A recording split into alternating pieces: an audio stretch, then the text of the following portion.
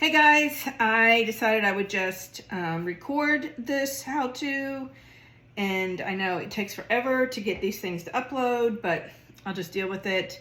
But in an earlier video, I showed you how I fed my sourdough, and I said that I make crackers and such with the discard. So that's what I'm gonna do. I'm gonna make some crackers to go with the labneh that I made the other day, and I'm gonna take it out to Washington. Hoping I can get all that in my suitcase. We'll see. So I just put my bowl on my scale. I tear it out. I don't know. I assumed people knew what tare was, but someone asked me the other day what it was. And so what tare is it zeroes out your scale after you put the bowl on it. And so what I'll do is I'll measure things.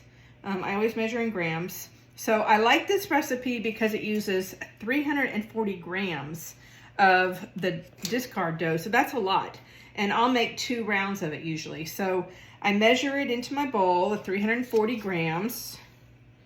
Let's just get that going, and then after I get that measurement, I'll tare it again if I'm making, like bread or something, and I don't have to have a bunch of measuring cups. I can just keep measuring it straight into the mixing bowl. What did I say, 340? Oh, I went way over talking to you all. So it saves me on cleanup to just keep tearing out after every ingredient goes in. So that's what tare is on your scale, in case some of you did not know that. I didn't know that when I got started. So that's 340. So you see, I used about half of it. And then I'm gonna make it again. So this one will all be gone. This is the one that was in my fridge before I fed my last starter, because I have this much more starter, from feeding my sourdough today.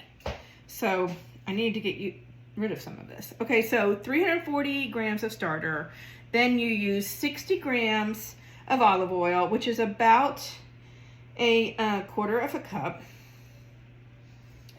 And so I measured that in there. Let me find my little spoon. I measured that in there. And so I didn't tare it because it was an easy add. So that makes it 400 grams in here now of stuff. And then you use 5 to 7 grams of salt. I go up to 7 because I tend to like things a little saltier. So that is approximately a teaspoon if you don't have a scale, but I use that. And then this recipe calls for a tablespoon of rosemary, dry rosemary, but I like using the everything bagel seasoning from Trader Joe's, and so that's a tablespoon of that going in, and you just mix it all up. Now I have another recipe that I use to make crackers that I actually like better than this one. This one, the oil makes the crackers really thin, and I don't have to roll the with a rolling pin to get them flat, because they have to be really, really flat to be crispy.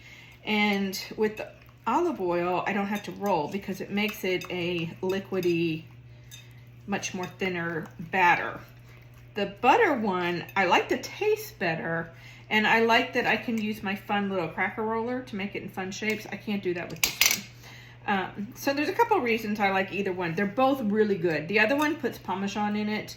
So they're like a cheesy cracker. This one, I guess I could add some Parmesan. I've never tried it. Maybe the next batch I'll try some Parmesan. But anyway, so I just whip it up, stir it really, really well until you don't see any oil sitting on it. So anyway, both cracker recipes are really good. I do enjoy both of them. I make them for different reasons. This is a little bit more of a crisp cracker, and if you're not careful, it'll burn. So you have to be careful with this one. And then the butter one makes a little bit thicker one, only because you have a hard time rolling it out to get it super, super thin. I did learn a little secret, which I don't always do, but I pull out my pasta maker, my roller, and I roll it really thin, and it makes like a perfect cracker. But I don't always want to clean that. I guess if I was making it for, I don't know, a party, who knows. So I have done it. I learned that in the tea room. When I was making crackers in the tea room one night, I was having such a hard time getting them as thin as Adam would get them.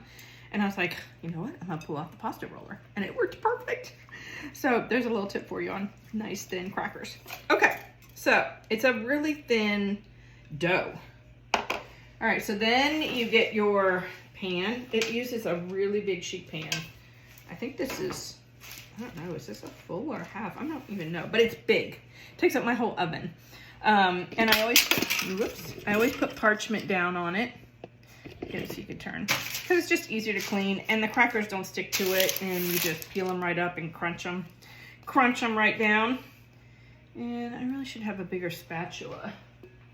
Let's see, let me get my bigger one here. Okay, and I just pour it right on here, and I spread it out nice and thin, and then it goes in the oven, preheated oven, which at 325, and you cook them for 30 minutes, and then you check them at 30 minutes, because like I said, they will burn. And in my oven, for some reason, I mean, I have a fairly new oven, but it still is a pain. It cooks more on one side than the other. So I tend to turn them just turn the whole pan around so it will cook evenly. So see, it's like a pancake dough almost. It smells so good. So I scrape all this out. Anyway, after you cook them for 30 minutes, you check them. I turn the pan around. If you want, at that point, you could try to cut them into shapes, like with my roller, they've set up. And so you could do that. I don't with these. I just break them. Okay, and then I just spread this out. So it's a nice, thin, even bunch of dough. And it takes a minute to get it all even. But you see how easy this is? I mean, you mix in one bowl. You just can't believe the smell. I do love the olive oil flavor in these, especially if you buy a good olive oil. And I'm kind of an olive oil snob. But they smell so good. And they're not even cooked yet. Okay, so you get all this even.